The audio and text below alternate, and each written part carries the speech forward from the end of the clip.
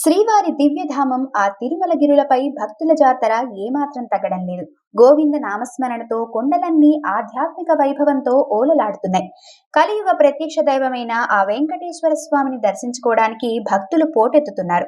బుధవారం ఒక్కరోజే ఏకంగా 86,124 మంది భక్తులు ఆ ఏడుకొండల వారిని దర్శించుకొని పులకించిపోయారు.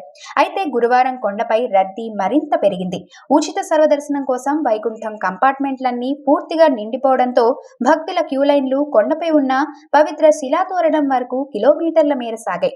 ఉదయం 8 గంటల తర్వాత లైన్లలోకి వెళ్లే భక్తులకు ఆ శ్రీనివాసుడి ముఖ దర్శన భాగ్యం కలగడానికి 15 నుండి 18 గంటల సుదీర్ఘ సమయం పడుతుంది. అయినా సరే ఆ ఆపద్బాంధవుడిని కళ్ళారా చూడాలనే తపనతో సామాన్య భక్తులు ఓపికతో వేచి ఉండటం వారి నిజమైన భక్తికి నిదర్శనం.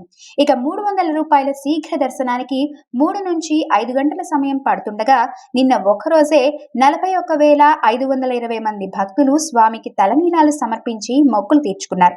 బుధవారం రోజున శ్రీవారికి హుండీ ద్వారా 3,51,00,000 ఆదాయం లభించింది. అలాగే 3.97 లక్షల పవిత్ర లడ్డూలు విక్రయించగా 2.76 లక్షల మంది భక్తులు శ్రీవారి అన్నప్రసాదాన్ని స్వీకరించి తరించారు.